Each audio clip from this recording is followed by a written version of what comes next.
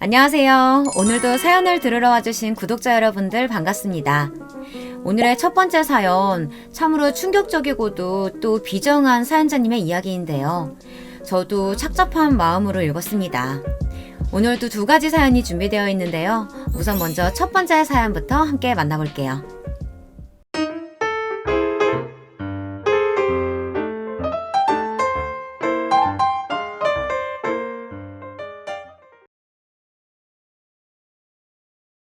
오늘 저의 사연은 얼른 쓰고 싶어 글이라도 남기지 않으면 안 될 것 같아 큰맘 먹고 제보합니다. 평소 사연 채널을 보고 있으며 웃기도 하고 울기도 했었는데요.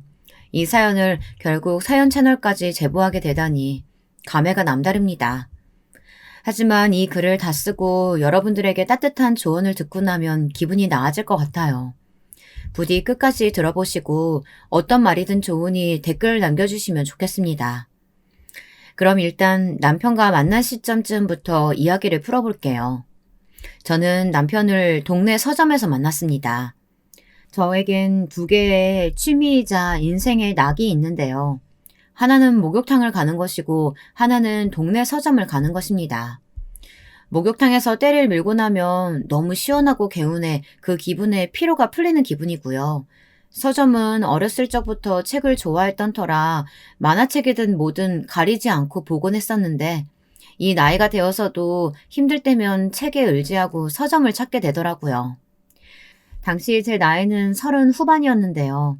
말 그대로 노처녀였습니다.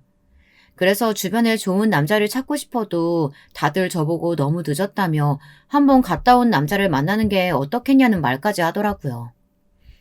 희서 씨 나이 됐으면 한번 갔다 온 남자 만나는 게 낫지 않을까 싶어. 그 나이 되도록 결혼 안 했으면 오히려 더 이상하지 않을까? 아, 네.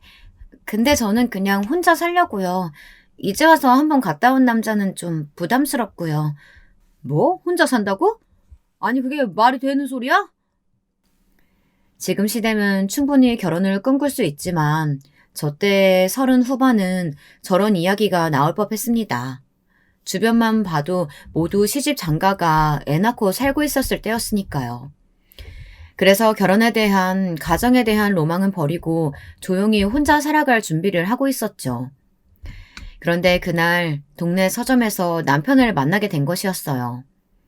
남편은 굉장히 준수한 외모를 가지고 있었기에 저도 모르게 남편 쪽을 흘끗흘끗 쳐다보게 되었는데요. 그러다 남편이 제 쪽으로 시선을 돌리면 부끄러워서 그만 시선을 돌렸죠. 한마디로 첫눈에 사랑에 빠졌습니다. 남편이 이 동네 서점을 자주 애용한다는 걸 알게 된 후부터는 매일같이 그 서점에 발도장을 찍게 되었는데요. 제가 남편을 보는 게 티가 났는지 어느 순간부터 남편도 저의 존재를 의식하기 시작했습니다. 자꾸 저를 힐끗 보더라고요. 그러다 어느 순간 저에게 처음 이렇게 말을 걸더라고요. 동네 서점인지라 크기도 작고 아늑했기 때문에 말을 걸기도 쉬웠을 것 같아요. 아, 무라카미 하루키 책 좋아하세요? 저도 그런데. 상실의 시대, 이 책 정말 좋더라고요. 읽어보셨어요? 아직 안 읽어봤는데 읽어봐야겠네요. 추천 감사합니다. 근데 새로 이사 오셨나 봐요. 어떻게 하셨어요? 네, 새로 이사 왔어요. 여기가 제 고향이거든요. 근데 여기 동네 서점이 여기 딱 한 군데뿐이라 아쉬웠는데 다행히 책 종류가 많아 좋더라고요. 사신 지 오래되셨나 봐요. 저는 회사가 이 근처라 2년 전에 이 동네로 이사 왔어요. 출판업계 회사 다니고 있고요. 남편은 제가 2년 전 정착한 이곳이 고향이라고 하더군요. 시어머니가 몸이 안 좋아 요양 겸 고향에 내려온 것이라고 했고요. 그때 그렇게 시작된 대화는 시간 가는 줄 모르고 계속 이어졌습니다. 사랑의 힘이란 정말 대단한 것이 남편과 같이 있으면 시간이 참 빨리 가더군요. 지나고 나면 헤어지는 게 너무 아쉬워 서로 어떻게든 더 있고 싶어 했죠. 왜냐하면 남편은 제가 좋아하는 요소를 모두 갖춘 사람이었거든요. 콩깍지라 해도 좋지만 어찌됐건 남편에게서 느껴지는 따뜻한 온기가 참 좋았습니다. 마치 붕어빵 노점 기계 앞에 붕어빵을 사 먹으려고 서 있으면 느껴지는 온기처럼 몸이 노곤할 정도로 따뜻한 사람이었죠.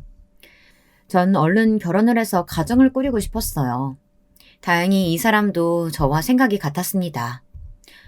이서 씨, 나는 당신과 만나면서 하루하루 흘러가는 게 아까웠어. 더 일찍 만났으면 좋았을 테지만 이제라도 당신을 만나서 얼마나 다행인지 몰라. 내 아내가 되어줄래? 내가 평생 물 한 방울 안 묻히게 해주겠다는 뻔한 멘트는 못하지만 그래도 행복하긴 해줄게.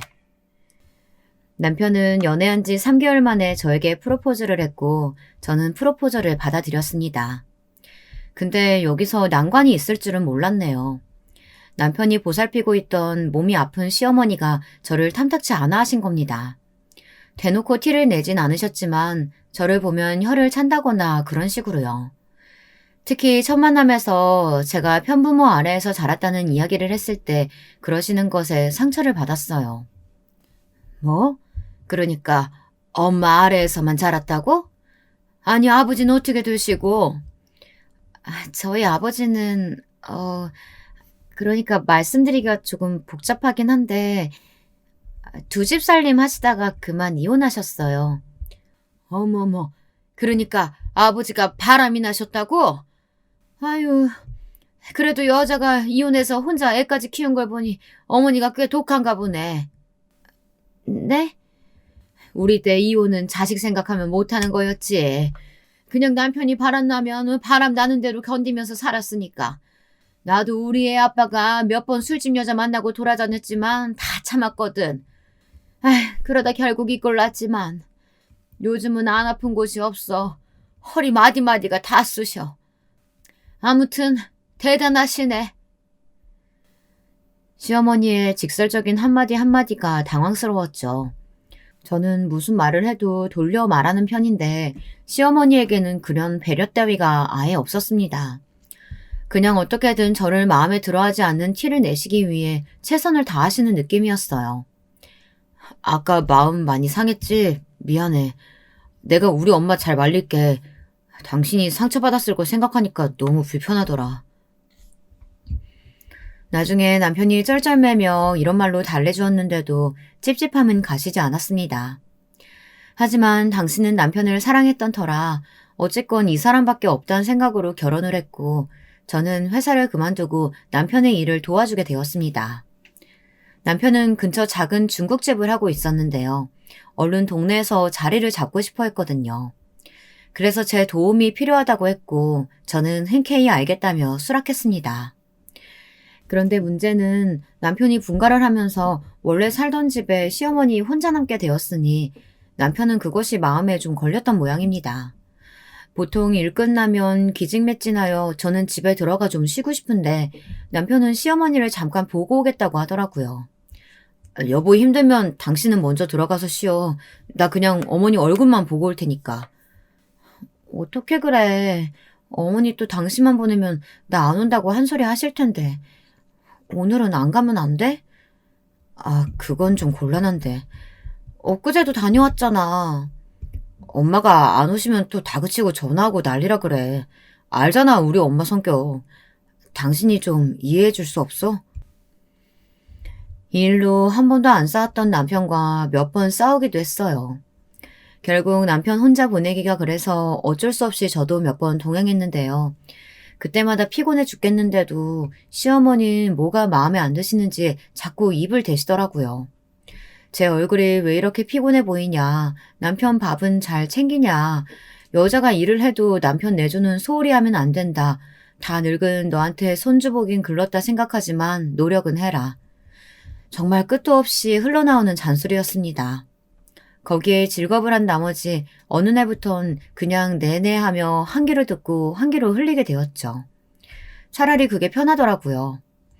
그런데 그러던 어느 날 시어머니께서 갑자기 시누이가 놀러 온다고 저보고 와서 요리 준비를 도우라는 겁니다. 시어머니 성격상 또 이런저런 잔소리들이 들려올 게 뻔해 가기 싫었는데 오랜만에 보는 시누이니 안 갈 수도 없었어요. 어쩔 수 없이 시어머니와 함께 밥상을 차리는데 새벽부터 시작해 한 4-5시간 요리만 했을 겁니다. 시누이 한 명 오는 것뿐인데 무슨 잔치상을 준비하시더라고요. 게다가 사실 저는 시누이에 대한 인상이 그리 좋진 않았습니다.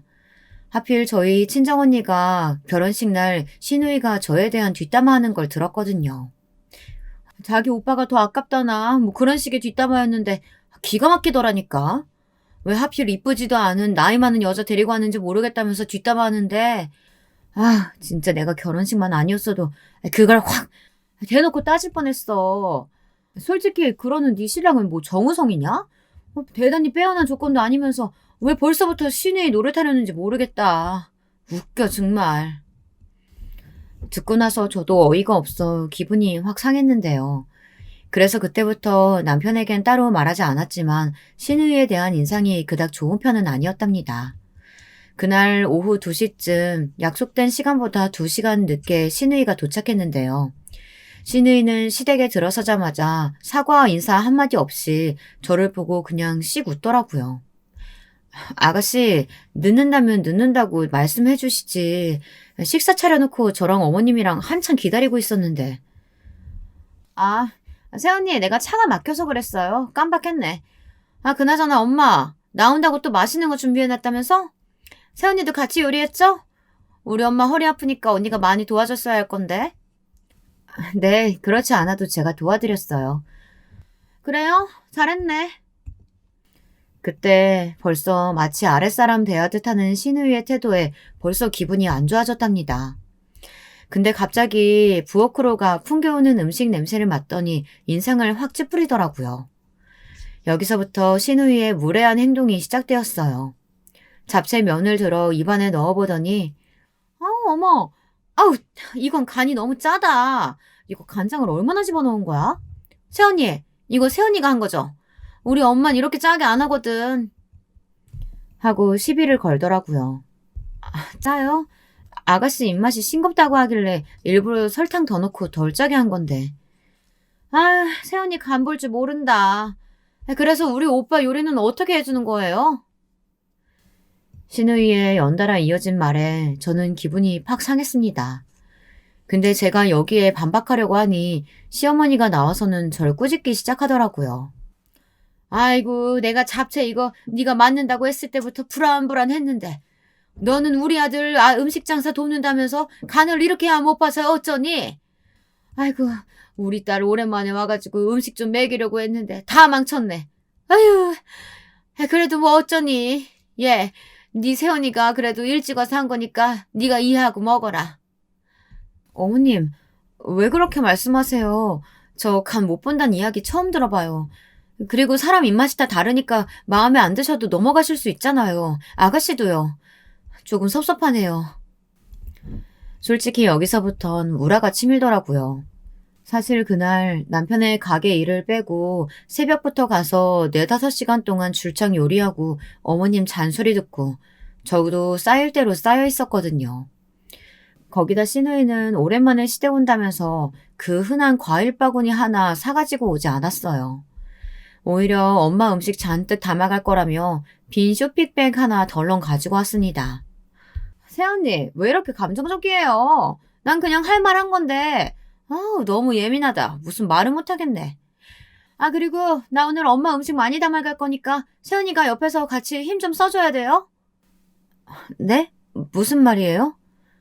언니, 오늘 여기서 자고 가는 거 아니에요? 아님 밤까지라도 있든가요.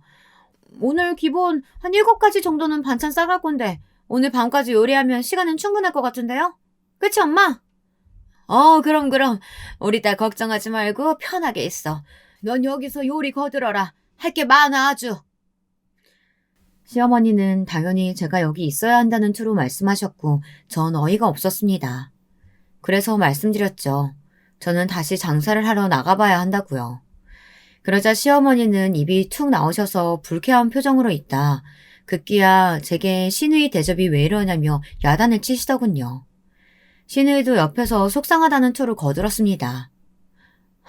아니, 네 시누이가 뭐 여러 번 오는 사람도 아니고 어쩌다 한 번 오는 앤데 너는 꼭 그렇게 불편한 티를 내야겠냐? 제가 언제 불편한 티를 냈다 그러세요. 저는 그냥 가게 장사하러 나가봐야 한다고 말한 것뿐인데요. 새언니, 그게 그거예요. 세연님 괜히 내가 먹는 음식 만들어주기 귀찮으니까 내빼려는 거잖아요. 내가 모를 줄 알아요? 아, 나도 먹기 싫네요. 아, 됐어, 엄마.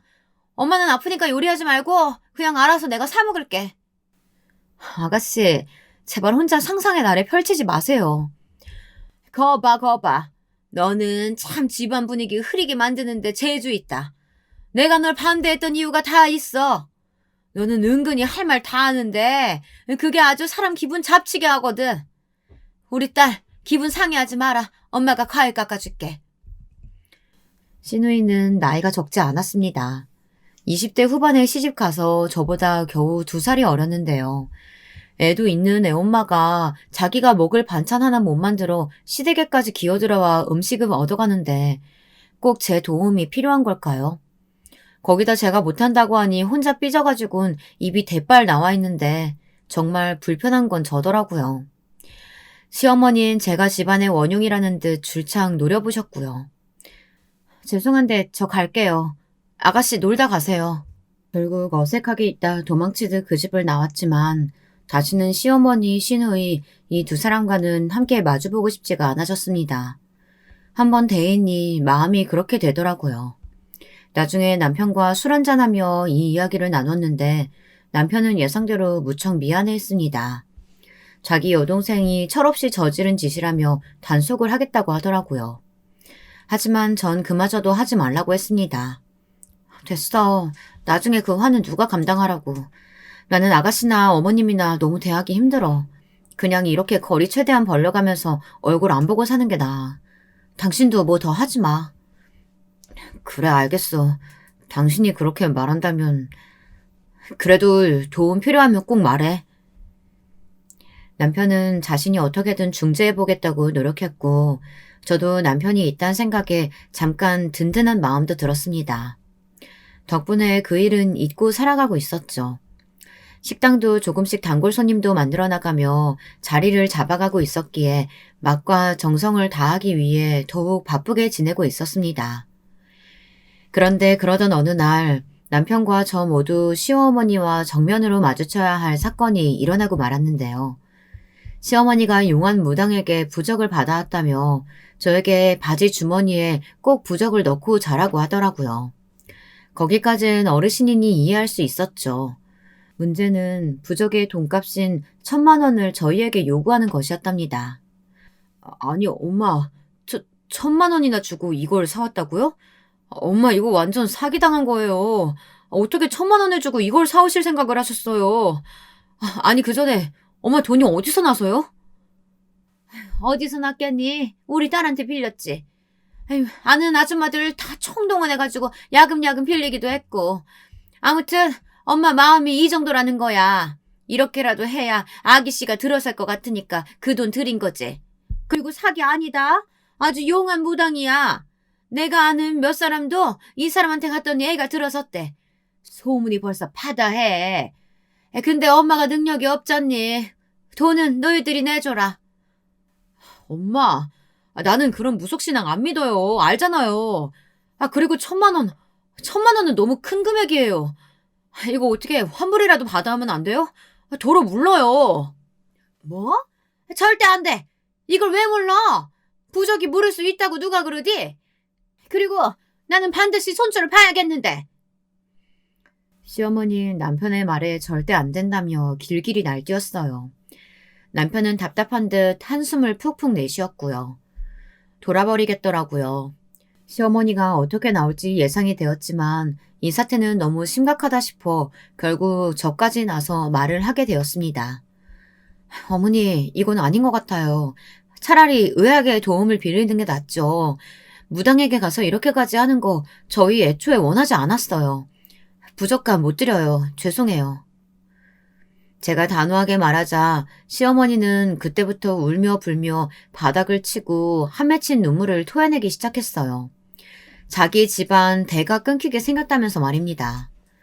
시누이는 출가 외인이니 어차피 글렀고 아들이라곤 남편 하나뿐인데 대가 끊기면 자기가 하늘에 갔을 때 어떻게 시아버지 얼굴을 볼 수 있겠냐고요. 상당히 당황스러웠습니다. 아니, 저희에게 그럼 먼저 상의라도 하시지. 그것도 하지 않고 덥석 부적을 사서 1,000만 원을 달라고 하다니요. 이건 뭐 강제로 돈 뜯기는 거와 다를 바 없는 거 아닌가요?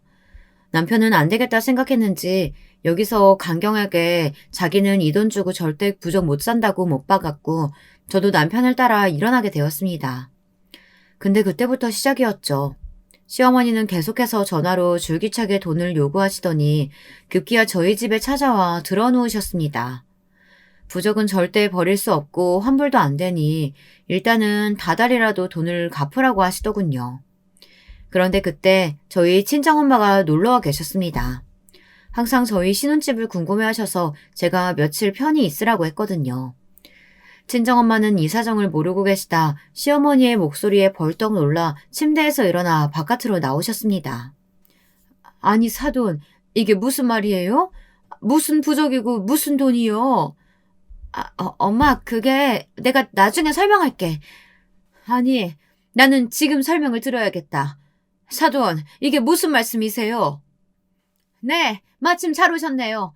아시다시피 우리 며느리 자궁이 너무 늙어서 정상적인 아들 생산이 불가능한 상태잖아요.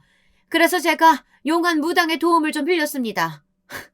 근데 아들놈이고 며느리고 제가 괜한 짓 버렸다고 하네요. 돈도 못 주겠다고 하고 부적 버리라고요. 세상에 이런 원통한 일이 다 있을까요? 사돈도 제 나이 때 사람이니 제 심정 아시겠죠? 솔직히 저야 늙어빠진 며느리 원망하고 싶지만 이미 드린 거 도로 반품할 수도 없고 참 착잡해요. 여기에 저희 친정엄마는 말문이 막히셨습니다. 시어머니는 직설적인 화법을 그대로 여기서도 고지고대로 발휘하셔서 친정엄마를 기막히다 못해 말문이 막히게 하시더라고요. 엄마는 화가 단단히 나셨는지 한숨을 푹 쉬더니 제 남편을 바라보셨습니다. 남편에게 책임을 물으시려는 것이었죠. 하지만 저는 남편 잘못이 아니라는 것을 알았기에 대신 변호하려고 했어요. 근데 친정엄마가 갑자기 버럭 소리를 질러버리셨답니다. 저도 깜짝 놀랐어요. 사돈, 내가 이렇게 큰 소리 내본 적은 정말 처음 있는 일이지만 지금은 저도 어렵게 자식 키운 입장에서 한마디 할 수밖에 없겠네요. 늙은 며느리요? 그럼 사돈 아들은 나이가 젊습니까? 둘 다 나이 든 건 똑같은데 왜 우리 딸한테만 늙었다 하시는 거예요 대체? 그리고 부정 얘기 제가 들어도 사돈이 잘못하신 거 맞네요. 왜 아이들이 부탁하지도 않은 걸 멋대로 처리하시고 그 돈을 왜 애꿎은 애들한테 물어달라고 하시는 건가요? 전 사돈이 하는 행동이며 말이며 도무지 이해가 안 되네요. 일단 저희 딸한테 하신 말은 당장 취소해 주셔야겠습니다. 뭐라고요? 아니, 내 이럴 줄 알았어. 옆에 내가 독해가지고는. 저기요, 사돈. 남편이 바람나서 혼자 딸 키우시더니 성질머리만 독해지신 거예요? 어따 대고 훈계해요. 내일은 내가 알아서 합니다. 그리고 늙은 며느리 시집 보내셨으면 고마운 줄 알아야지. 지금 누가 위고 아래인지 모르겠어요? 뭐요? 지금 제가 아래란 말이에요? 그럼 당연하죠. 당연한 걸 뭘 물어? 엄마, 제발 그만 좀 해요. 여보, 내가 우리 엄마 데리고 나갈게. 미안해. 장모님, 죄송합니다. 정말 죄송합니다. 친정엄마와 시어머니의 싸움이 격렬해져 가자 남편이 타이밍 좋게 끊었습니다. 저도 감당할 수 없는 열기에 머리가 지끈거리고 있었죠. 그럼에도 엄마가 저를 대신해 저렇게 시원한 사이다 발언을 해주신 것에 대해선 속이 후련했습니다. 아주 통쾌했어요. 참고로 저희 친정엄마는 유치원 원장님으로 오래 일해오셨고 저와 성격이 비슷하십니다. 뭐든 조심스럽게 말씀하시는 편이시고 하다못해 입은 옷을 환불하시는 것도 민망해하시는 분이죠. 힘들게 저희를 키워야 했기에 생활력은 강해져야 했지만 성격 자체는 유순하신 분이었어요. 그런 분이 시어머니가 가고 나서도 한참을 씩씩거리며 시어머니의 욕을 하셨답니다. 네 시어머니 저 정도 인간일 줄은 몰랐다. 아주 저급이야 인간이. 내 평생 온갖 진상들 경험해봤다고 생각했는데 또 니네 시어머니 같은 사람은 새롭다. 그나저나 우리 딸이 저런 시어머니 밑에서 고생한다고 생각하니 엄마 마음이 너무 안 좋아. 어쩌면 좋으니. 엄마, 나는 괜찮아. 오히려 나는 엄마가 날 위해 이렇게 말해줘서 얼마나 좋았는지 몰라. 아까 너무 속이 후련하더라. 앞으로 나도 엄마처럼 할 말 하면서 살아야겠어. 고마워, 엄마. 친정엄마는 남편이 시어머니를 보내고 들어온 후에도 단단히 교육을 해둬야겠다고 생각했는지 다시금 강조하셨습니다. 자네, 내가 자네를 많이 신뢰한다는 건 알 걸세. 우리 딸 고생 안 하도록 해주게. 엄마의 간단하고도 짧은 말엔 남편에 대한 당부가 담겨져 있었습니다. 시어머니를 막아달라는 거였죠. 하지만 시어머니는 여기서 무슨 굴욕이라도 느끼신 건지 저희와의 연락을 아예 딱 끊어버리시고 명절날에도 오지 말라고 하시더군요. 저야 고마웠죠. 남편도 시어머니 얼굴을 안 봐도 된다 생각하니 은근히 마음을 놓은 눈치였고요. 하지만 이 일을 시누이에게 전달해 2차 폭격을 당하기도 하셨답니다. 시누이는 마치 고피 불린 망아지처럼 저에게 전화를 해서는 자기 엄마가 우울증에 걸렸다며 어떻게 그런 개망신을 줄 수 있냐며 막 뭐라고 하더라고요. 우울증이요? 시어머니가요? 아가씨, 제대로 알고는 말씀하시는 거죠? 시어머니가 갑자기 웬 부적을 사와서 1,000만 원을 달라고 하셨어요. 상당수는 아가씨한테 돈을 빌렸다고 하던데 저희는 갚아줄 생각이 없으니까 아가씨도 잘 설득해 주세요. 생각 잘 하셔야 할 거예요. 여기서 시누이가 말문이 막혔죠. 자기도 돈을 못 받는다 생각하니 그건 또 안 되겠던지 전화를 조용히 끊더군요. 아마도 부적은 공중에 날아간 듯 했습니다. 그런 것도 환불이 되는 건진 모르겠지만 아무튼 그 뒤로 부적은 보이지 않았으니까요. 다만 시어머니는 시간이 지나자 저희에게 아이가 안 들어 산다는 문제로 저를 미친 듯이 괴롭히기 시작했습니다. 예를 들어 이런 식이었습니다. 명절날 갑자기 시누이를 보며 괜히 벽에 말을 걸듯 이야기를 꺼내는 것이었어요. 난 이제 평생 손주를 못 안아보고 죽는 거구나 싶다. 가망성이 아예 사라져버렸어. 내 신세가 얼마나 비참한지 몰라. 나는 그래도 남들처럼 내 평생 손주 정도는 안아보고 살 줄 알았지. 근데 팔팔한 애가 아니라 어디서 늙은 호박 같은 애가 우리 집에 글러 들어와가지고는 길을 딱 막아버렸다니. 이게 무슨 노릇이라니? 아마도 하늘이 내게 천벌을 주시는가 보다. 엄마, 기운내. 자꾸 그렇게 처져 있으면 볼살도 늘어나고 저번에 맞은 보톡스도 아무 소용없어. 우울증까지 온다니까? 내가 맛있는 거 사줄게, 응? 시누이의 코맹맹이 소리에 시어머니의 저격에 정신이 혼란스럽더라고요. 거기다 이런 일도 있었습니다.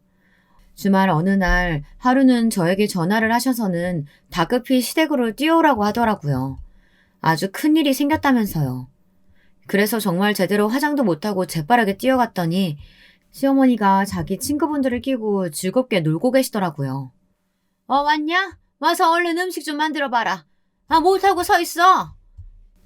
어머님, 이것 때문에 저를 부르신 거예요? 그럼 내가 뭐 때문에 널 부르냐?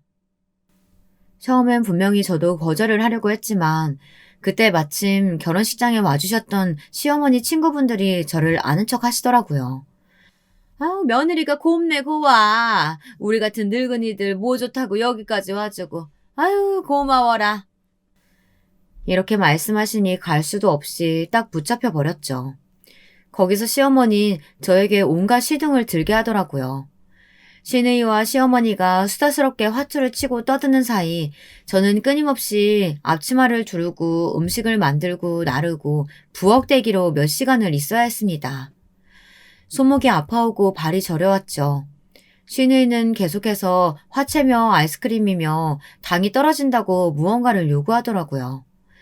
그리고 밤이 깊어가고 대화가 무르익어가던 그때 시어머니가 친구분에게 이런 말씀을 하시는 걸 듣고 말았답니다. 여기 옮겨 적기도 떨린 만큼 너무나 충격적인 말이었습니다. 순자야, 나는 있잖아. 제가 너무 미워 죽겠어. 이렇게라도 잘 부려먹지 않으면 내 속이 타들어갈 것 같다니까. 아이고, 그래도 며느리 너무 무시하고 그럼 너 천벌 받아. 그러지 말어. 천벌은 이미 받고 있지. 전현이 집에 들인 거부터가 천벌이지 뭐. 다른 게 천벌이니? 난 전현이 아주 그냥 가끔은 어떻게 됐음 싶다니까? 아님 우리 아들이 바람이라도 나든지. 왜 우리 아들은 이렇게 멍청하게도 착해 빠진 건지. 분명 제가 불쌍해서 못 버리고 사는 게 틀림없다고. 왜 그래? 취했어? 며느리 들으면 어쩌려고. 들으라고 해, 들으라고. 난 저까짓 거 하나도 안 무서워. 어머니의 고함 소리에 친구분이 되려 깜짝 놀랐는데 저는 차분히 음식을 갖다 드리곤 부엌에서 남편에게 전화해 집에 갈 테니 데리러 오라고 말했습니다. 저도 당시엔 놀란 가슴을 진정시켜야 했습니다. 의자에 앉아 남편을 기다리며 요동치는 가슴을 쓸어내리고 있는데 남편이 헐레벌떡 달려와 제가 앞치마 두르고 있는 걸 보고는 시어머니에게 살그머니 화를 내더군요. 엄마는 도와주지도 않고 또. 됐어 여보, 가자. 남편은 말을 다 잊지 않았지만 이미 눈초리에선 시어머니에 대한 원망이 가득 담겨 있었습니다. 시어머니는 그 와중에 취했는지 벌건 눈으로 소리를 질러댔고요. 뭐가? 네 마누라 편 들려고? 너 변해도 한참 변했다. 원래 넌 엄마 바라기였는데, 엄마만 좋아했는데, 전에 나밖에 몰랐던 애가. 시어머니는 여전히 당당하셨습니다. 사람으로서 뱉으면 안 될 말들을 뱉으셨으면서도요. 신우이는 옆에서 그 말을 듣고는 실실 웃고 있는 얼굴이었고요. 그날 시어머니의 말은 저에게도 상당한 충격이었습니다. 잊고 싶은 말이라 차마 남편에게 말할 엄두도 나지 않았어요. 입 밖으로 꺼낼 용기가 안 났달까요? 지금 생각하면 어쩌면 남편에게 말을 하는 것이 나중에 일을 예방할 수 있는 길이기도 했을 것 같습니다. 아무쪼록 그 이후 시어머니를 마주하는 일은 더 불편해졌고 이러니 저에게 명절날이든 어떤 시댁 행사든 무섭도록 지치고 힘든 날이었습니다. 결국 남편에게 선언해버렸죠. 여보, 나 그냥 이제 시댁엔 최대한 안 가며 살게. 그래도 되지? 너무 스트레스 받아. 그래도 돼. 당신이 원한다면. 남편은 간결한 말로 괜찮다고 말해주었어요. 덕분에 저는 마음이 좀 편안해졌고 그저 일에만 집중할 수 있었어요. 남편의 가게는 이제 안정기에 완전히 접어들었던 터라 저희는 가게 확장도 생각하고 있었죠. 그러기 위해선 어느 정도 자금이 필요했는데 모아놓은 적금을 깰까 고민하고 있었습니다. 그런데 그러던 어느 날 기적 같은 일이 일어났어요. 저희는 적금을 깨지도 않았고 가게 확장도 하지 않았습니다. 왜냐하면 제가 임신을 했거든요. 사실 저희 부부도 아이를 바라지 않은 것은 아니었습니다. 다만 시어머니의 과한 관심과 압박이 부담스러웠던 것이었죠. 믿기지가 않아 여보. 정말 나 임신한 거 맞아? 맞아. 나 너무 떨린다. 그럼 나 아빠 되는 거야? 이제 길거리에 다니는 아빠들 안 부러워해도 되겠다.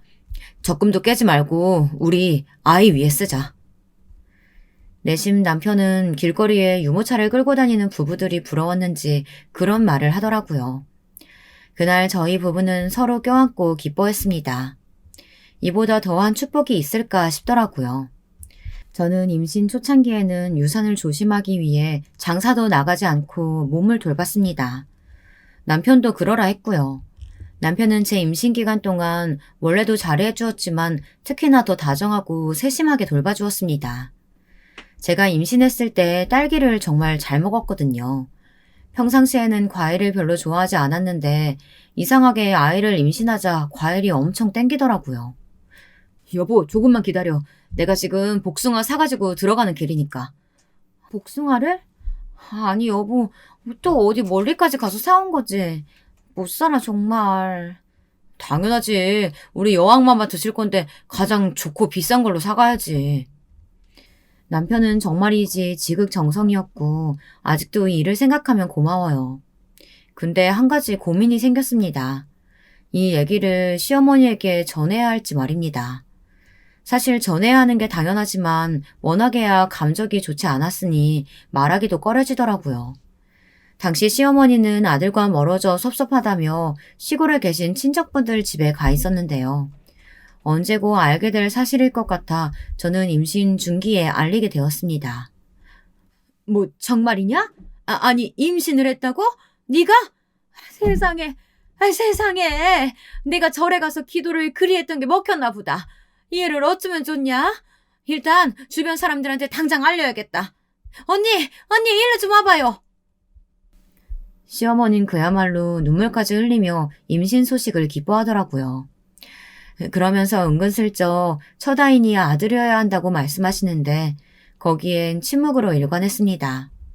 시누이 또한 시어머니에게서 소식을 들었는지 전화로 축하한다는 말을 하더군요. 마지막에 하는 눈치였지만 진심으로 한 말이라 여기고 받아들였어요. 근데 덧붙인 말들은 사물이 시누이 닿았죠. 고마워요, 아가씨.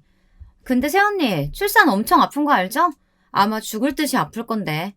경험상으로는 아마 딱 죽는 게 낫겠다 싶을 정도로 아프더라고요. 아, 그래요? 주변에서 아프다고들은 많이 하더라고요. 그래도 우리 아이 낳는 거니까 참고 어떻게든 건강하게 낳아야죠. 네. 아, 그리고 제가 육아 선배로서 충고하자면요. 육아도 정말 힘들어요. 잘 수 있는 시간도 별로 안 되고 돈도 또 얼마나 드는지. 저는 가끔 애 낳은 걸 후회한다니까요. 애네만 없었으면 4시간 더 생길 텐데. 아, 네. 그래도 저는 어렵게 가진 아이라서 감당할 수 있어요. 아이는 축복이잖아요. 임신한 사람에게 할 말은 아닌 것 같은 부적절한 말들을 참으로 많이 하더라고요. 그의 남편이 그만하라며 저지시켰습니다. 여기서 시어머니가 시누이 편을 들지 않은 것이 평소와는 다른 현상이었네요. 그렇게 임신 막달이 되어 손발이 퉁퉁 붓고 우리 아이가 세상에 나갈 준비가 되었을 때 저는 산부인과에서 딸아이를 무사히 건강하게 출산할 수 있었답니다. 그런데 시어머니는 딸이란 사실에 몹시 못마땅해 하셨습니다. 옛날 분이시기에 그러려니 했지만 정도가 심하셨죠. 옆에 저희 친정어머니가 계셨는데 아이를 낳고 집에 와 있던 제게 그러시더군요. 저는 당시 산후통이 심했습니다. 배가 콕콕 쑤셔 손과 발이 다 아프고 진통제까지 먹어야 할 정도였어요. 너 조리원인지 거기서 비싼 돈 주고 조리받았으면 됐지. 못하러 사돈까지 불렀니? 아이고, 딸 낳은 게 뭐 별거라고 이런 유세를. 아이고. 저는 괜찮은데 왜 그렇게 말씀하세요. 저희 딸이 출산할 때 몸이 많이 안 좋았잖아요. 심지어 조리원에서도 벌벌 떠며 아팠다고요. 지금 한창 산후통이 있을 때예요. 그러니 사돈 자꾸 그런 말씀하실 거면 가세요. 왜 여기까지 와선 아픈 애 염장을 지르세요? 엄마가 옆에서 칼같이 막아주니 대꾸할 필요가 없어 좋았습니다. 저는 몸 상태가 너무 안 좋아 정신이 혼미할 지경이었거든요. 친정엄마가 옆에 와서 간호해 주시니 눈물이 날 정도로 든든했어요. 여자들이 아이를 낳으면 호르몬 변화 때문인지 감정의 기복이 심해진다던데 저도 우리 아이를 낳고 난 후 여러 가지도 눈물이 많이 났거든요. 아이를 낳은 건 분명 감사한 일이지만요. 그런데 산후통을 그렇게 심하게 앓고 있던 와중 친정엄마께서 잠시 집에 돌아가야 할 일이 생겼습니다. 이모가 엄마 집에 와 계셨는데 화장실에서 미끄러지시는 바람에 뼈가 틀어졌다고 하더라고요. 엄마가 이모도 봐줘야 할 처지가 된 거죠. 엄마, 나 이만큼만 해도 도움 많이 받았어. 얼른 가서 이모 돌봐줘. 그래도 되겠어? 엄만 우리 딸 너무 걱정되는데. 괜찮아. 이모도 나만큼 아플 거잖아. 얼른 가. 저는 엄마가 걱정할까봐 일부러 다급히 보냈습니다. 그리고 대신 남편에게 일찍 장사를 접고 돌아와 돌봐달라고 부탁했죠. 근데 남편이 음식을 더 공부하고 싶다고 가야 하는 해외 박람회가 있었는데요. 시기가 공교롭게 겹치더라고요. 아, 여보, 왜 하필 출장이 일대인지 모르겠다.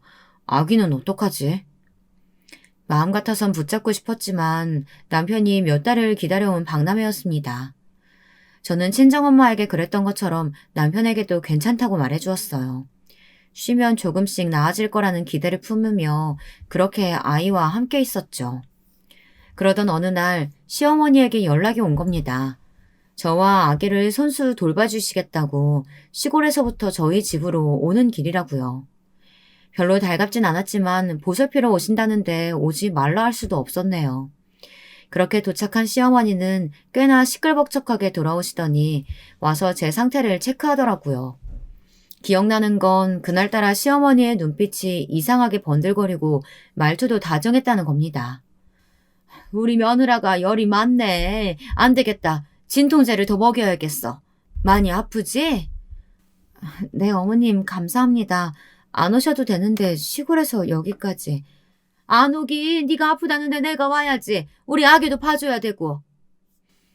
평소라면 절대 안 할 것 같은 말들을 하시는데 좀 이상했어요. 그날따라 시어머니는 한 번도 손을 대지 않던 집안일도 하시고 아기도 귀여워해 주시더라고요. 평상시엔 아기를 본 척만 척 했거든요.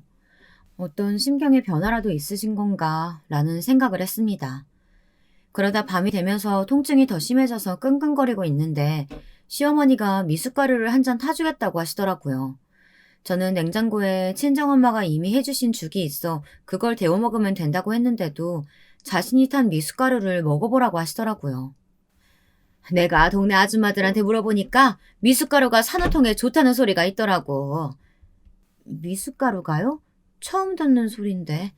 아이고, 미숫가루가 얼마나 보약 같은 음식인데 넌 여태 그걸 모르니? 타줄 테니 먹어봐라. 아마 먹고 나면 통증이 귀신같이 사라질 거야.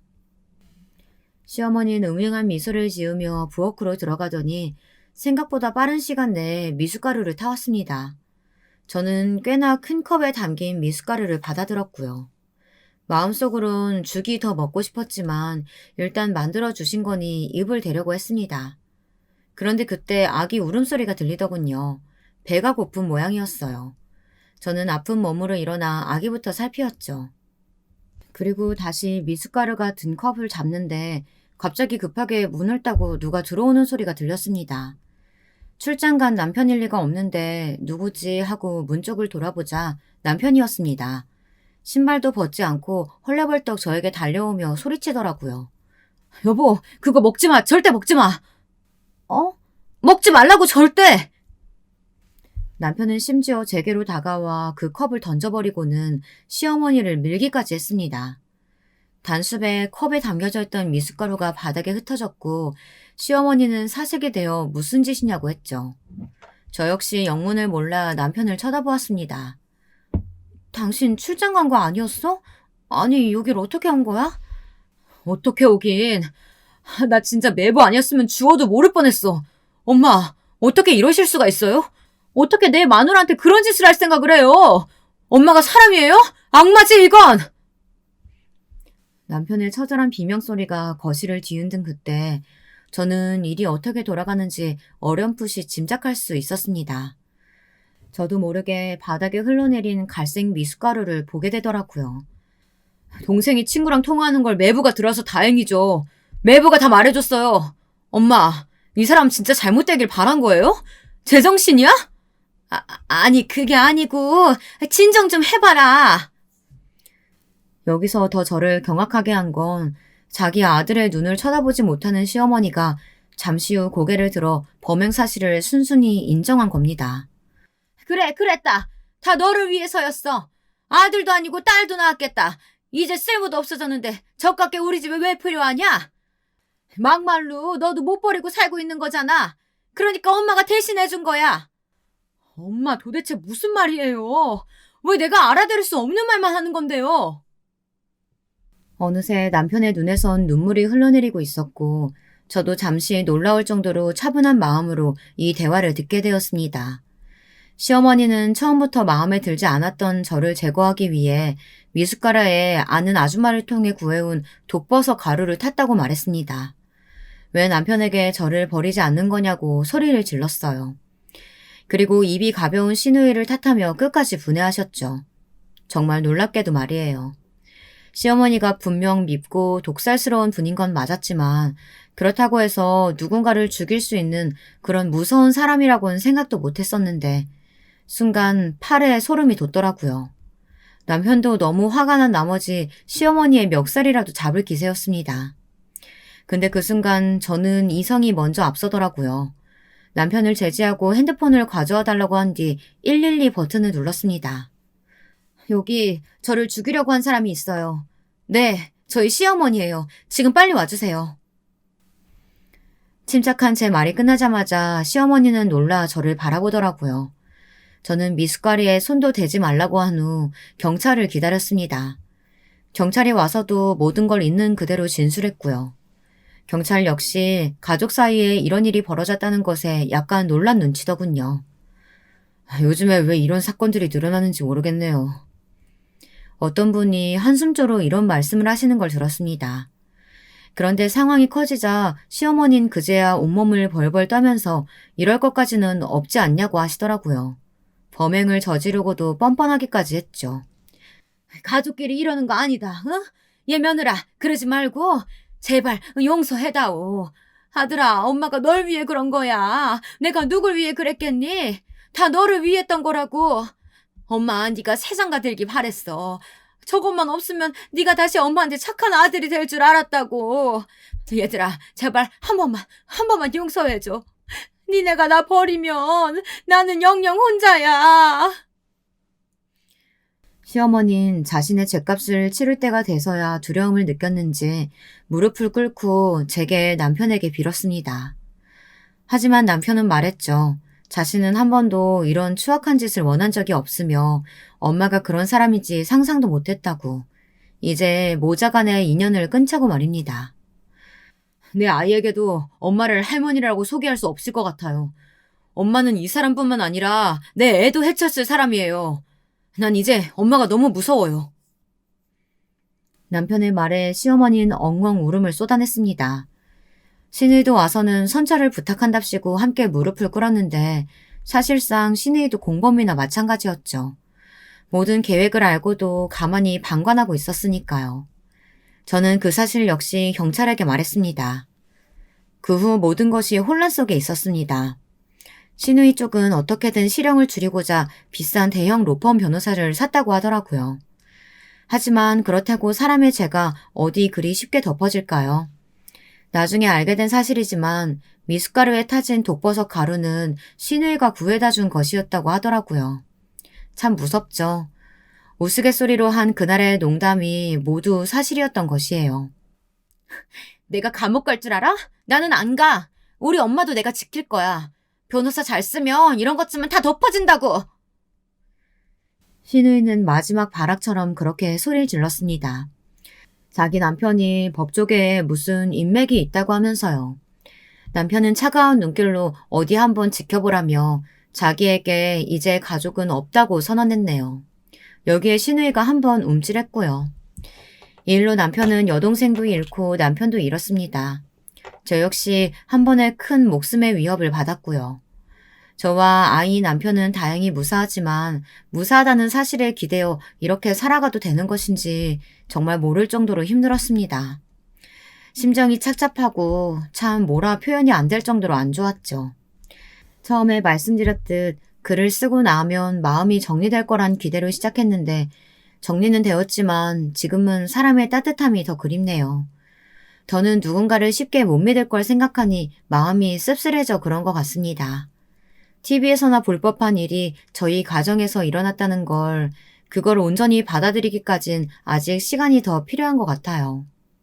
하지만 시간이 약이라는 말이 있듯 분명 마음의 상처가 다 나아질 날도 오겠죠. 그렇다고 믿으며 하루하루 살아가고 있습니다.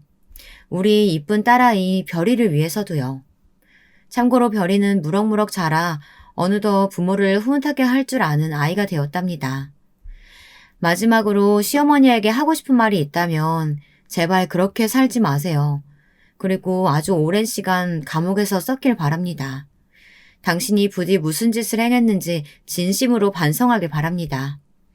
과연 시어머니 당신 같은 인간에게 속죄라는 신성한 단어가 어울릴진 모르겠지만요.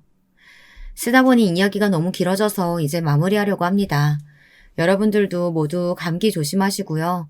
여러분들의 인생에 꽃길만 있길 바라겠습니다. 감사합니다.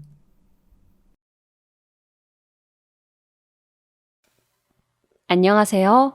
저는 60대 아줌마입니다. 여름 내내 날씨가 덥고 비도 많이 와서 계속 사연 유튜브만 들으면서 시간을 보냈는데요. 제 인생 이야기도 한 번쯤 들려드리고 싶어서 이렇게 써서 보내봅니다. 저는 가난한 집에서 태어났어요.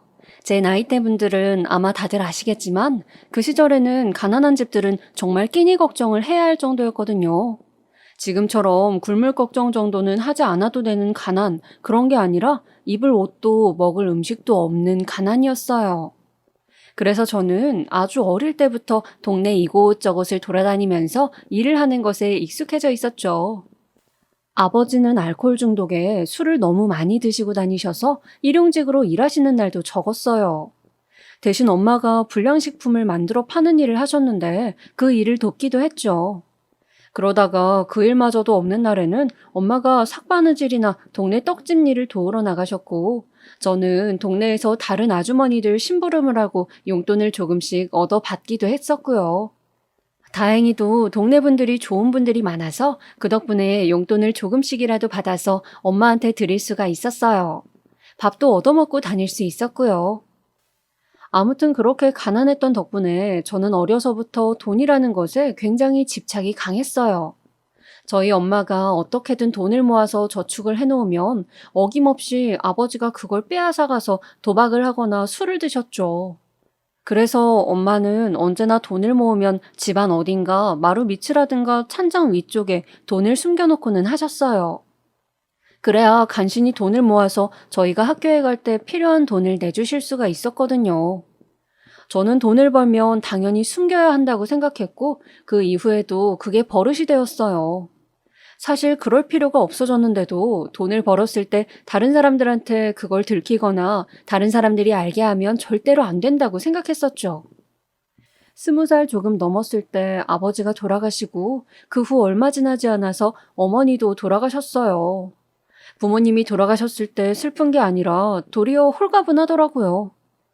저한테는 남동생이 한 명 있었는데 그 애도 일찍 철이 들어서 벌써 10대 후반에 돈 벌고 자기 길 찾아 집을 나가버렸고요. 결국 저희는 전부 뿔뿔이 흩어졌고 저는 가족이라고는 아무도 없는 천의 고아 신세가 되어서 혼자 살아가게 되었죠. 그러니까 저는 이런 식으로 살아와서 더 돈을 열심히 벌게 되었어요. 처음에는 정말 닥치는 대로 아무 일이나 막 하다가 결국 식당에서 일을 하게 되었어요. 그런데 그때 주방 일을 도우면서 제가 요리에 재능이 있다는 거를 처음 알게 되었죠. 그래서 20대 후반부터 식당 주방에서 일을 시작했고 그 후로 음식 장사를 배워서 자신감을 가지게 되었어요. 그 사이에 결혼도 했고요. 결혼은 30에 했는데 식당에 재료를 배달해주는 채소집 총각하고 하게 되었죠. 남편은 참 좋은 사람이었어요. 술도 마시지 않았고 성실하고 착했죠.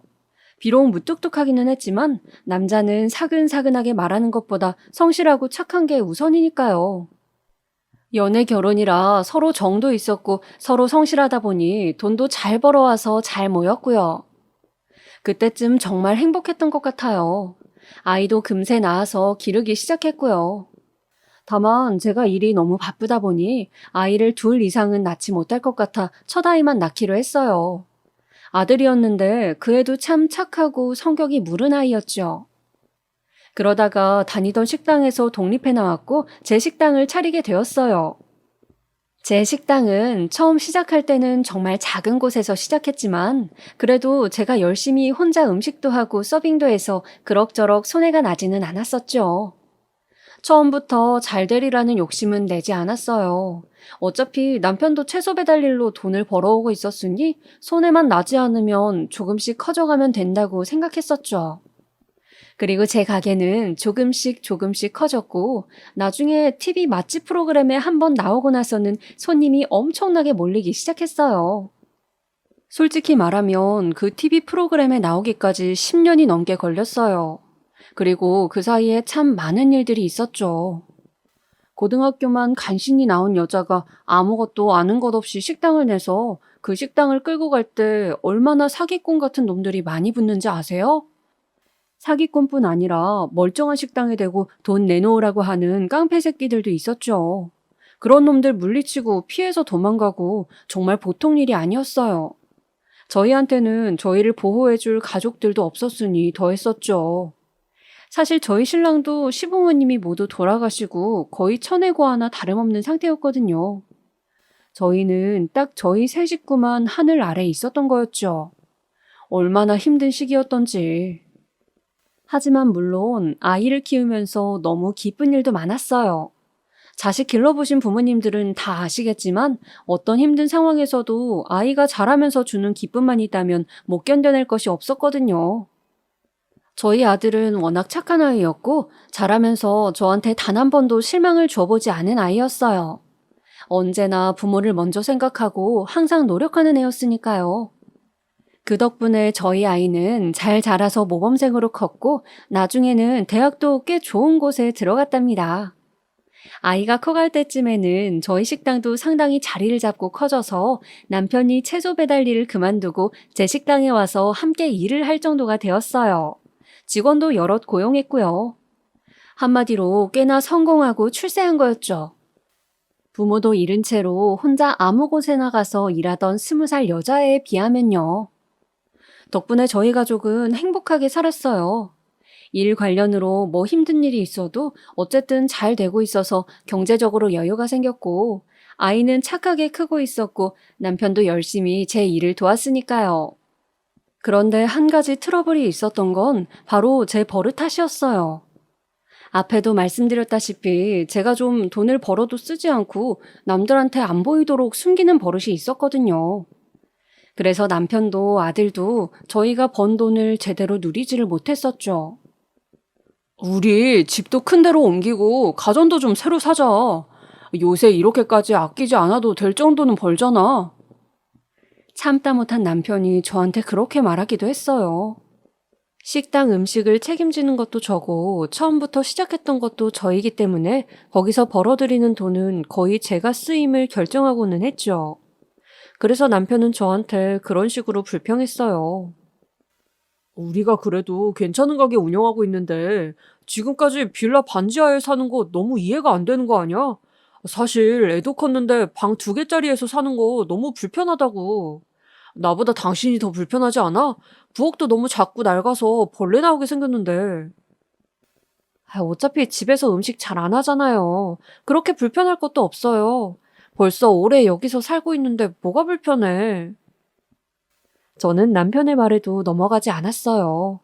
남편은 저보다 훨씬 넉넉한 성격으로 젊은 시절에도 친구들한테 돈을 빌려주다가 받지 못하고 낭패를 본 경험이 제법 있었거든요. 그래서 남편이 돈을 좀 풀어서 쓰자고 하는 말에는 귀를 기울이고 싶지가 않았어요. 아니 여보, 그렇다고 치고 애 낯은 좀 세워주자고.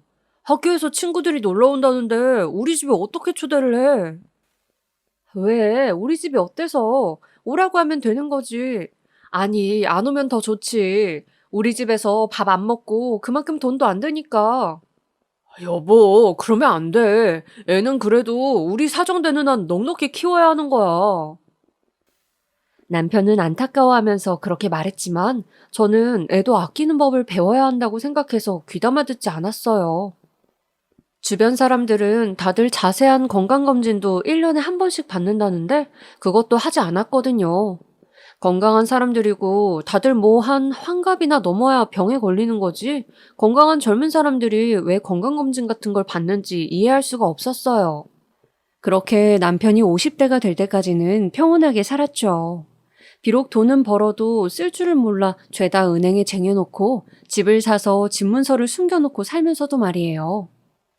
남편이 가끔 불평은 했지만 아들도 그렇고 다들 익숙해져서 크게 불편은 못 느꼈어요. 그냥 작은 집에서 필요한 정도로만 옷을 사서 입고 먹으면서 사는 게 저는 지금도 나쁘다고는 생각하지 않거든요. 그런데 그때쯤 한 가지 제가 후회할 일이 생겼어요. 바로 남편이 암에 걸린 거였죠. 남편이 소화가 잘 안 된다고 할 때 저는 소화제를 사다 먹으라고 아니면 운동을 해서 소화를 시키라고 했어요. 그냥 너무 많이 먹고 움직이지 않아서 그렇게 소화가 잘 안 되는 거라고 퉁박을 주면서요. 하지만 남편은 점점 더 살이 많이 빠졌고 건강이 나빠지는 게 눈에 보일 정도가 되었어요. 저는 망설이다가 남편하고 같이 병원에 가서 건강진단을 받아보았지요. 사실 그 건강진단을 받으면서도 온갖 영상을 찍는 게 왜 이렇게 비싼가 싶어서 안절부절했어요. 남편이 건강하면 이런 게 다 소용없는 거라고 생각이 되어서요. 어찌나 사람이 멍청했던지 말이에요. 결과적으로 남편은 위암이었어요. 그것도 위암 말기였죠. 의사는 이해할 수가 없다는 듯이 저한테 물었어요. 아니, 검사를 좀 받으셨어야죠. 그리고 소화가 안 된다고 하신 지가 좀 되었을 것 같은데 신경을 안 써주셨나 봅니다. 그게 저는 건강진단 받으려면 큰돈이 드는 줄 알고. 예방이 최우선입니다. 지금 환자분 상태가 워낙 안 좋아요. 빨리 조치를 취해야 합니다. 저는 그때 정말 눈앞이 캄캄하더군요. 원래 혼자 부모님 잃고 처녀적에 살았지만 그래도 남편과 결혼한 이후에는 그에게 정말 많이 의존했거든요. 그런데 그런 남편이 위암 말기라니 절망적이 될 수밖에 없었죠. 그동안 건강관리에 돈을 쓰지 않았던 것도 너무 후회가 되었고요. 남편은 그럴 줄 알았다는 사람처럼 평온했어요. 어느 정도는 자신의 건강 상태를 미리 알고 있었는지도 모르죠. 저는 울었지만 남편은 오히려 저를 위로했고요. 그래서 결국 남편은 반년 뒤에 사망했어요. 아들하고 저는 같이 붙들고 울었죠. 얼마나 슬프던지. 그러면서도 살아가야 했기에 저는 아들과 서로 의지하면서 다시 일어났어요. 그렇게 다시 장사를 하는데 남편의 빈자리가 너무나 크더군요. 이제 남편이 없으니 더욱 하이에나 같은 것들이 꼬일 수 있겠구나 싶어서 나중에 아들한테 물려줄 요량으로 부동산을 좀 구입했어요. 집은 나중에 떨어질지도 몰라서 수도권 쪽에 땅을 좀 사놓았죠. 제가 모은 돈에 비하면 뭐 그리 많진 않았지만 그래도 나중에 받고 나면 제법 재산에 도움이 될 만한 금액이었어요. 아들은 그 후로 제 가게를 돕겠다고 했어요. 원래 졸업하고 나서 취직을 했는데 취직하고 나서 버는 돈이 생각보다 적더군요. 월급쟁이들 월급이 다 거기서 거기기는 하지만 제가 가게를 하고 있다 보니 더욱이나 그렇게 느껴졌어요. 그래서 그냥 가게로 오라고 제가 먼저 권유하기는 했죠.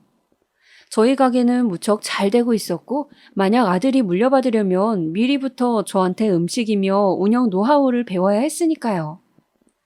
아들은 저희 가게에 들어온 이후 무척 빠르게 일을 배웠어요. 어느 정도였냐 하면 한 1년 지난 다음에는 제가 더 이상 손을 댈 필요가 없을 정도였죠. 요리에도 재능이 있어서 저보다도 훨씬 더 빨리 음식을 배워서 잘하게 되었어요. 아휴, 우리 아들 덕분에 엄마가 쉴 수 있겠다. 이제 엄마 마음 놓고 쉬세요.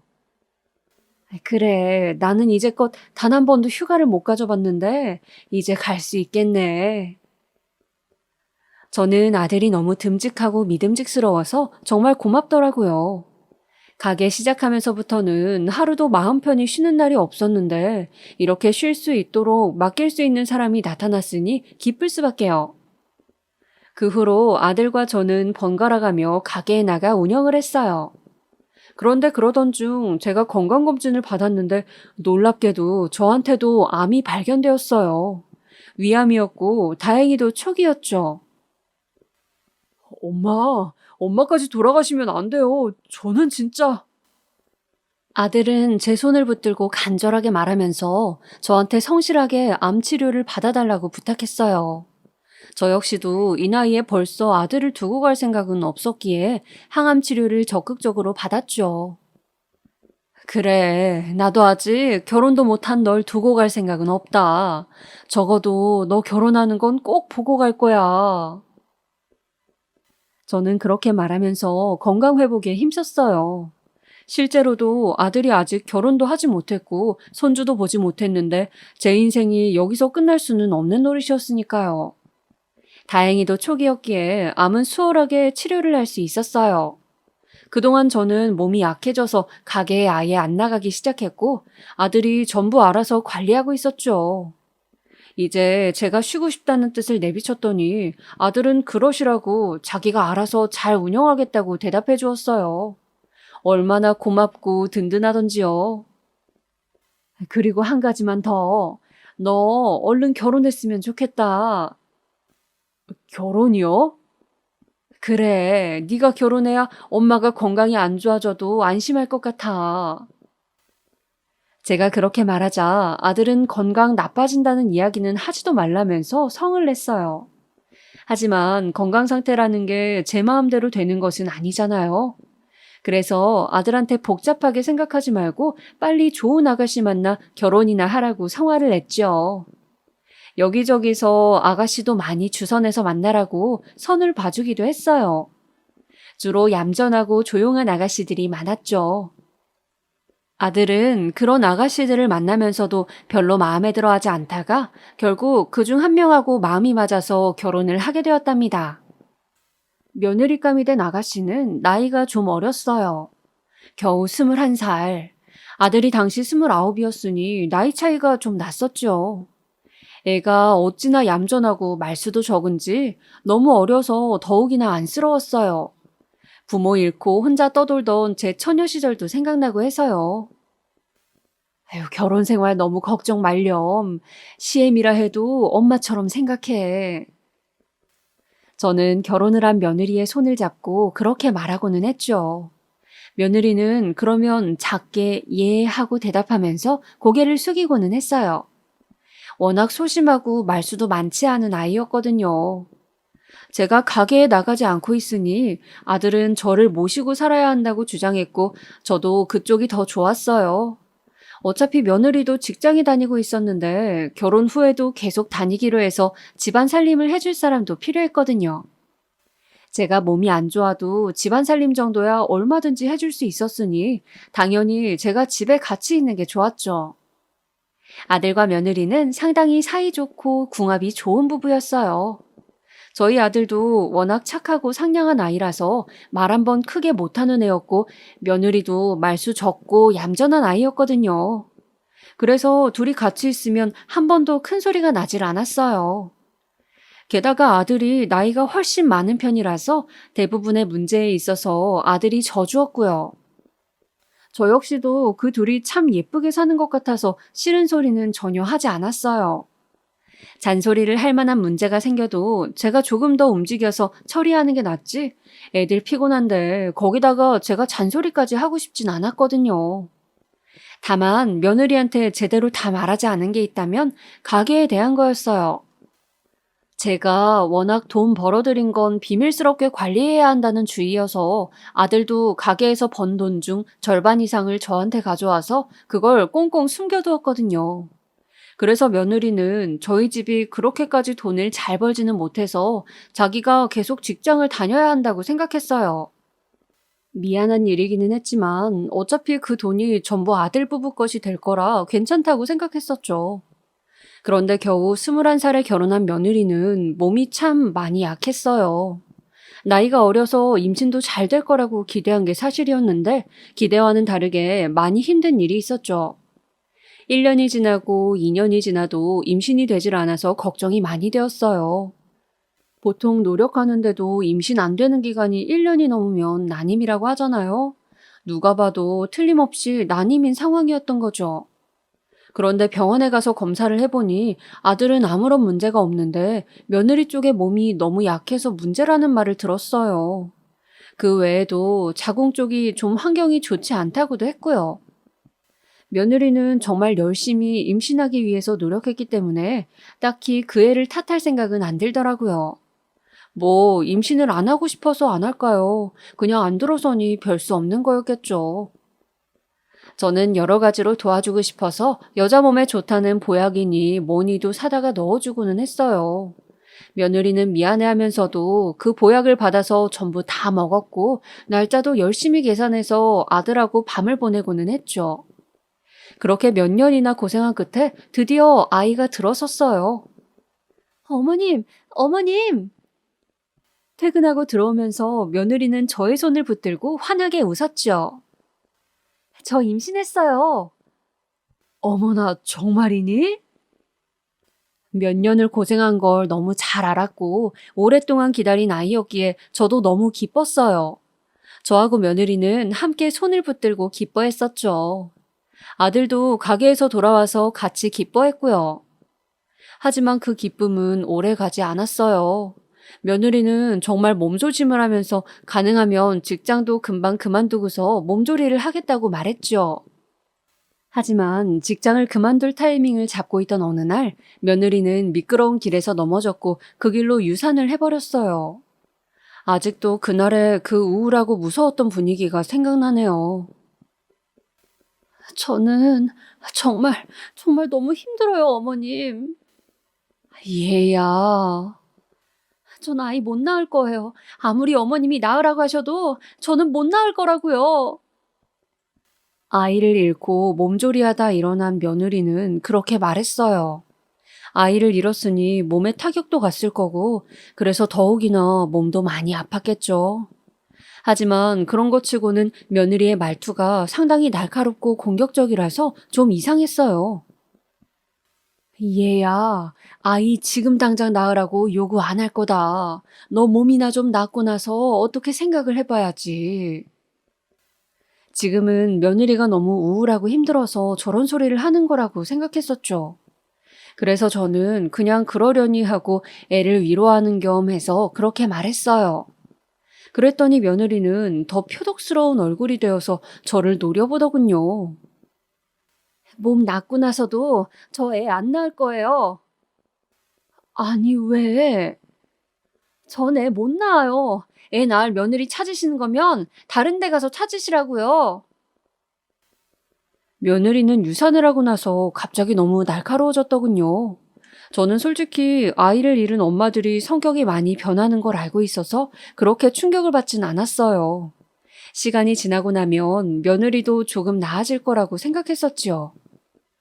사실 며느리는 본인도 애나 다름없는 나이이긴 했어요.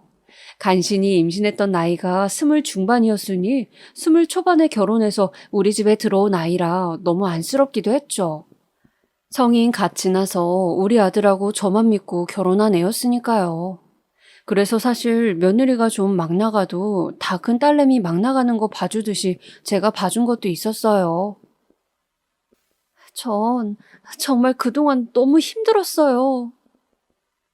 뭐가 그렇게 힘들었니, 얘야? 저한테 애 낳으라고 임신 못한다고 눈치 주시던 거요. 그리고 저희 남편도 그래요. 어떻게 제 편은 하나도 안 들어주고 옆에서 계속 임신해야 한다, 해야 한다. 그 연불만 죽어라 외고 앉았는지.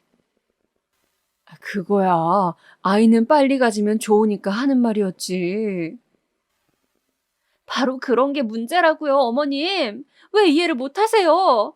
전 애 가지기 싫어요. 원래도 가지기 싫었는데 그냥 어머님하고 남편 비위 맞춰주느라고 애 갖고 싶다고 한 거였고요. 며느리는 그렇게 오열하면서 저한테 하소연을 했어요. 저는 정말 아연했죠. 아니, 저는 정말 며느리도 아이를 가지고 싶구나. 그래, 갓 결혼한 여자면 당연한 일이지. 그렇게 생각했었거든요. 그런데 며느리는 그게 아니라는 거였어요. 애는 정말 싫고 아이 가지기도 끔찍한데 자기가 이 집안에서 쫓겨날까봐 시어머니하고 남편 눈치를 보느라고 그런 소리를 했다는 거죠. 하지만 상식적으로 생각해보세요. 갓 결혼한 젊은 부부, 그것도 몸에 아무런 이상이 없는 부부인데 한쪽만 아이를 가지고 싶지 않다고 해서 아예 낳지 않는다는 게 말이 되나요? 그래요. 정 그렇다면 둘, 셋 낳을 거 하나로 줄일 수는 있겠죠. 만약 아이를 정말 가지고 싶지 않았다면 결혼을 하지 말았어야 했어요. 그럼 왜 결혼을 한 거니? 결혼을 하지 않았으면 되었잖아. 제 책망하는 말에도 며느리는 전혀 기가 죽지 않고 도리어 쏘아붙이더군요. 제가 한 결혼에 왜 어머님이 말을 얹으세요? 그건 저하고 오빠 결정이었어요. 말 얹지 마세요. 순간 말문이 막히더군요. 하지만 그래도 제가 보아온 며느리는 순하고 얌전하고 착한 아이였어요. 그래서 저는 그 아이가 지금 유산 때문에 힘들 뿐 시간이 지나고 나면 분명히 다시 원래 착한 며느리로 돌아올 거라고 믿었어요. 제가 해야 할 일은 그냥 조용히 참아주고 지나가는 것뿐이라고 생각했던 거죠. 그 이후로 며느리의 성격은 점점 더 공격적이 되어갔어요. 고역인 건 제가 제일 고역이었죠. 가게 운영은 아들이 완벽하게 넘겨받아 한 지 벌써 10여 년이 다 되어갔고 저는 집안에서 살림만 하고 있었죠. 며느리도 직장에 다녔고요. 저는 임신하고 나서 유산까지 한 몸이니 당분간 집에서 쉬는 게 어떻겠냐고 며느리한테 권했어요. 하지만 며느리는 유산하고서 며칠만 쉬었을 뿐 곧장 다시 출근하더군요. 자기가 여기서 일까지 그만두면 정말 쓰레기처럼 느껴질 것 같다면서요. 정말 이해할 순 없었지만 그래도 저 아이가 마음을 돌려먹어야 우리 집안이 다시 평화로워질 것을 알기에 저는 열심히 아들과 며느리 둘의 뒷바라지를 했어요. 사실 서글펐죠. 저는 손주가 태어나면 제가 다 케어해줄 자신이 있었고 제 손으로 길러줄 수 있다고 생각했어요. 며느리는 직장에 다니든 집에 있든 편하게 있으라고 할 자신이 있었다고요. 하지만 정말 헛된 꿈이었죠. 유산 이후로 며느리는 점점 더 못되어 먹은 행동을 했어요. 밤늦게 술을 마시고 들어오는 일도 잦아졌죠. 처음에는 회식이라고 해서 그냥 아무 말도 안 하고 넘겼는데 이게 몇 번이고 계속되다가 결국 석 달 뒤쯤에는 아예 인사불성이 되어서 회사 직원한테 끌려서 들어왔거든요. 저희 아들도 너무 놀라서 며느리를 받아들어 안았는데 아무도 못 알아보면서 그렇게 거칠게 욕을 해대더라고요. 씨발, 내가 성질 죽이고 사니까 만만해 보이냐?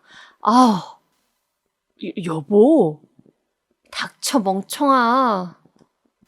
자기 남편한테 하는 소리였지만 옆에서 듣고 있는 저도 참 씁쓸해지고 황당하더군요. 아들은 이런 욕을 처음 들어봐서 어떻게 해야 하나 쫄쫄매고 있었고 저도 뭘 어찌해야 할지 알 수가 없었어요. 나름 가게 운영으로 사회생활은 잘한다고 생각했는데 며느리 문제는 또 다르더군요. 며느리는 그렇게 술을 마셔대면서 회사에 다녔는데 어느 날은 저희 집 앞까지 누군가 차를 태워줬어요. 하도 그 애가 늦어져서 제가 창밖을 보고 있었거든요. 그런데 며느리가 어느 남자 차에서 내려서 비틀거리면서 서 있었어요. 제가 부축하러 나가야 하나 고민하는 사이에 운전석에서 남자가 내려서 며느리를 부축하더군요. 그러더니 어두운 골목길을 쓱 보고서는 며느리를 껴안고 애정행각을 시작하는 거였어요. 며느리는 귀찮다는 듯이 손을 저었지만 곧 그 남자한테 매달리면서 호응하기 시작했고요. 저는 너무 놀라서 저도 모르게 창문을 열고 꽥 소리를 질렀어요. 예. 어? 어머님? 순간 술에 취했다가 정신이 돌아오는지 며느리가 눈을 꿈뻑거리면서 저희 집 창문 쪽을 바라보더군요. 그 남자는 허둥거리면서 얼른 며느리한테서 떨어져서 저한테 인사를 했어요. 그러고서는 차를 타고 사라지는데 그때 제 방 안에 있던 아들이 나와서 얼른 며느리를 데리고 들어왔죠. 아직 아들은 보지 못한 상황이라 저는 어찌해야 할지를 모르겠어서 며느리를 노려보고만 있었어요. 하지만 며느리는 뻔뻔한 얼굴로 저를 데려 쳐다보더군요. 아휴, 너무 취해서 그 사람이 오빠인 줄 알았어요. 그게 무슨 소리니 대체? 저는 너무 뻔뻔한 며느리의 말에 할 말이 없더라고요. 며느리는 계속해서 오리발을 내밀면서 별일 아니라는 식으로 나왔어요. 사실 너무 어두웠고 거리도 좀 있어서 정확히 그 남자가 포옹 이상을 했는지 제가 제 눈으로 확인이 된 건 아니었거든요. 그냥 술 취한 직장 동료끼리 조금 과한 포옹이었는지 아니면 정말 심각한 애정 행각이었는지 확신할 수가 없었어요. 아들은 제 말을 듣고서 그냥 말없이 침묵하더군요. 며느리가 너무 뻔뻔하게 자기는 아니라고 말하고 있으니 아들도 뭐라고 할 말이 없었던 모양이에요. 사회생활 하려면 술도 먹고 직원들하고 친목도 다지고 그러는 거예요, 어머님. 어머님은 집에서 들러붙어 사시니까 모르시겠지만. 그게 무슨 소리니? 어머님은 집에서 편하게만 사셨죠? 아이고, 밖에서 돈 버셨어도 그게 제대로 된 돈이었겠어요? 푼돈이지. 아들한테 얹혀 살면서 이것저것 따지지 마세요. 저도 이제 안 참아요. 며느리는 술에 취한 채로 그렇게 말하면서 저한테 따지듯이 굴었어요. 저는 정말 어이도 없었고 우리 옛날 사정을 모르는 이 며느리가 대체 무슨 소리까지 할 수 있을까 궁금해질 지경이었어요. 어머님한테는 뭐 받을 것도 없잖아요. 이렇게 별거 없는 집안에 시집 온 사람 장하게 생각하셔야죠. 그러면서 며느리는 그대로 자기 방에 들어가 버리더군요. 아들은 머리를 짚었어요. 그 애도 너무 골치가 아프고 미치겠는 모양이더라고요. 아니, 원래 저러지 않던 애가 어쩌려고 저러는 거지? 나 이제는 정말 같이 못 살 것 같구나. 저도 그러네요. 잡아주는 것도 한계가 있죠. 유산에서 스트레스 받고 충격받은 건 이해해요. 하지만 그게 우리 잘못도 아니고 계속 받아주고만 있잖아요. 저하고 어머니는 대체 무슨 죄죠? 아들은 한탄하면서 머리를 저었어요. 저는 아들의 어깨를 두드려주고 그날 밤은 일단 잠이 들었죠. 그런데 그 다음날 아침에 며느리가 일어나질 않더라고요. 술을 마시고 들어온 날에는 아들하고 각방을 써서 따로 자고는 했는데 작은 방에 들어간 며느리가 소식이 없었어요. 얘, 너 출근해야지. 일어나야 하잖니. 어젯밤에 그렇게 못되게 군 건 군 거고 일단 애를 깨워서 회사를 보내야 하니까 문을 두드렸어요. 그런데 아무 대답이 없더라고요. 솔직히 겁이 덜컥 나기도 했죠.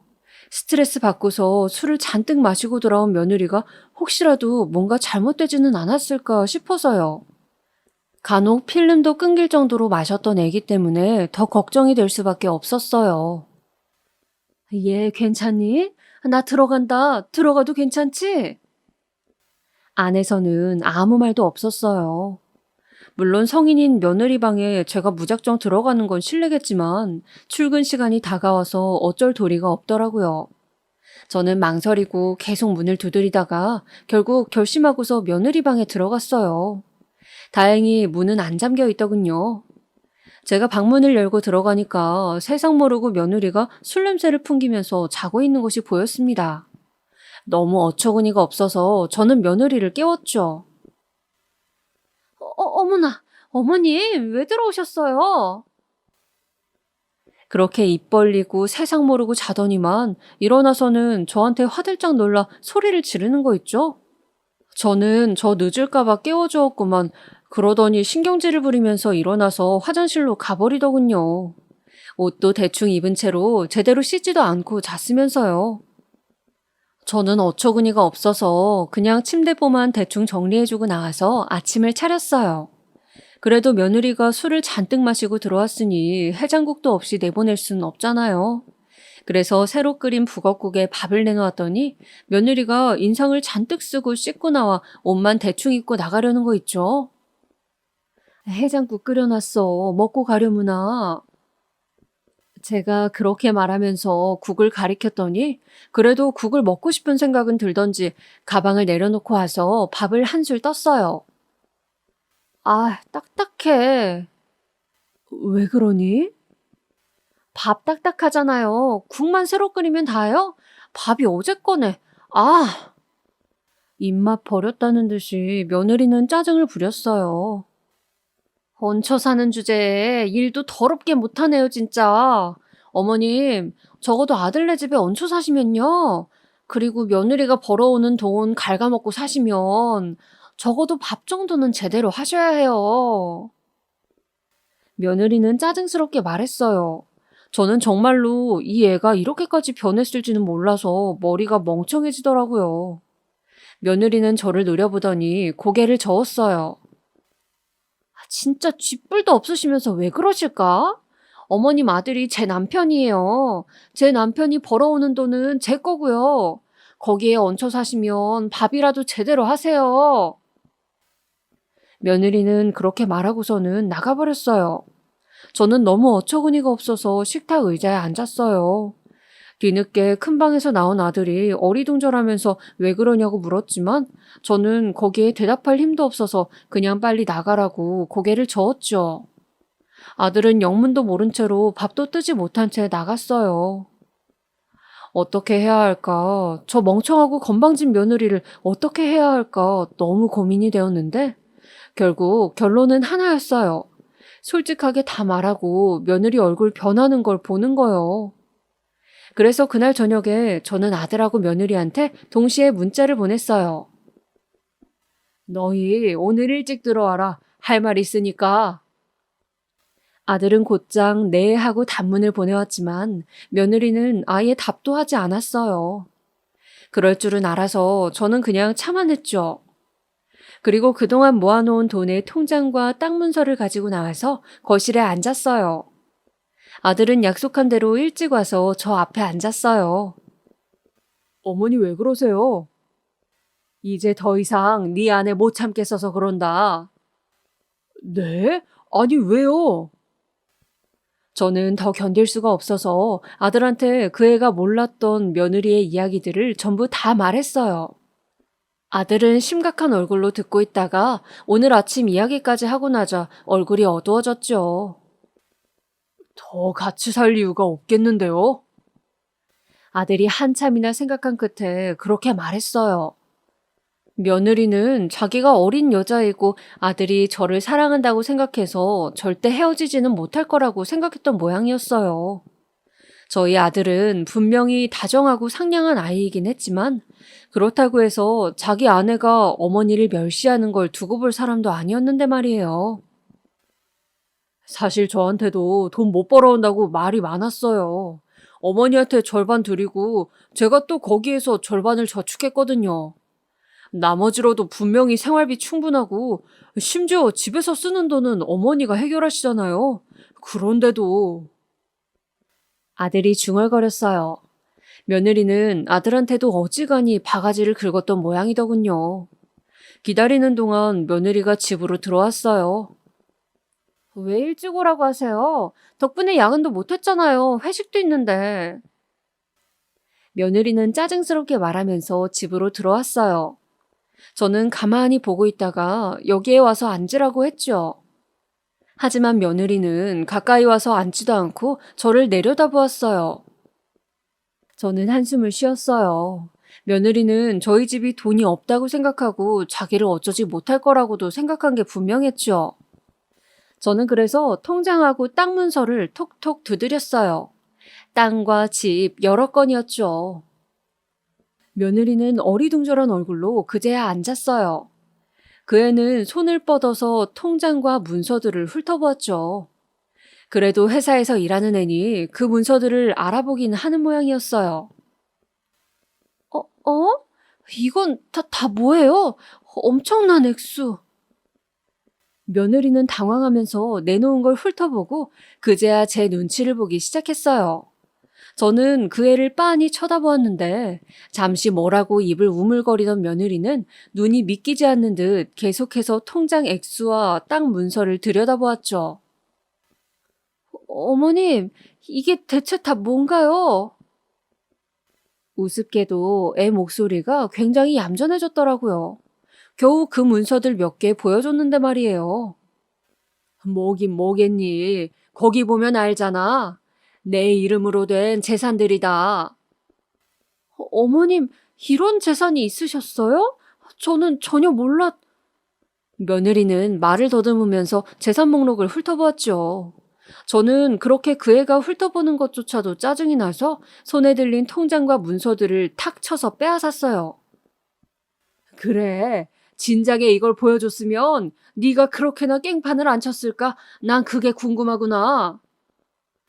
어머님, 제가 언제 깽판을 쳤나요? 며느리는 당황하면서 그렇게 말했어요. 언제 깽판을 치기는 지금까지 계속해서 쳐왔고 계속 악화되어 왔지. 저는 그렇게 말하고 싶은 마음을 참으면서 빤히 며느리를 보다가 고개를 저었지요. 난 이제 더 이상 널 견딜 수가 없구나. 네? 나도 당신하고 더 살고 싶지 않아. 아들도 제 말에 덧붙였어요. 며느리는 눈이 커져서 당황하면서 급하게 제 무릎을 잡았죠. 어머님, 이게 저 갑자기 무슨 말씀이세요? 설마. 그 와중에도 며느리는 제 손에 들린 통장과 문서를 바라보더군요. 저는 통장과 문서를 그 애의 눈앞에서 흔들었어요. 이거 욕심나니? 그랬으면 잘했어야지, 처음부터. 전부 네 것이 될 예정이었는데. 어머님.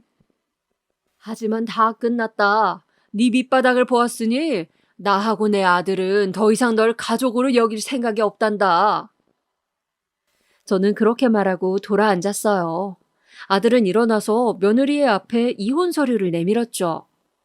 며느리는 믿을 수 없다는 듯이 서류를 들여다보았어요. 여보. 여보 소리 그만하지. 이제 남남 될 거니까. 아들은 칼같이 말하면서 이혼 절차를 진행하자고 했어요. 며느리는 곧 아들의 발치에 매달려서 통곡하기 시작했죠. 여보, 내가 잘못했어요. 진짜 잘못했어요. 아니, 내가 그냥 유산 스트레스 때문에. 며느리는 한참이나 울면서 아들의 발에 매달려 있었지만 저와 아들 모두 이미 마음을 결정한 뒤였죠. 결국 며느리는 이혼했고 아들은 혼자가 되어서 저와 지금 살고 있어요. 며느리는 솔직히 지금까지도 가끔 전화가 온답니다. 자기가 잘못을 뉘우치고 있으며 혼자 있어서 언제든 재결합할 수 있으니 어머님이 불러달라고요. 솔직히 말하면 그 집착이 징그러워서 더 싫기는 하네요. 그래서 요즘은 아예 전화 차단까지 해버렸고 아들도 연락을 끊어버렸다고 했어요. 그런데도 계속 가게 근처에 얼굴을 들이밀고 있다네요. 참 끈질긴 애예요. 제 이야기는 여기까지입니다. 즐겁게 들으셨다면 좋겠어요.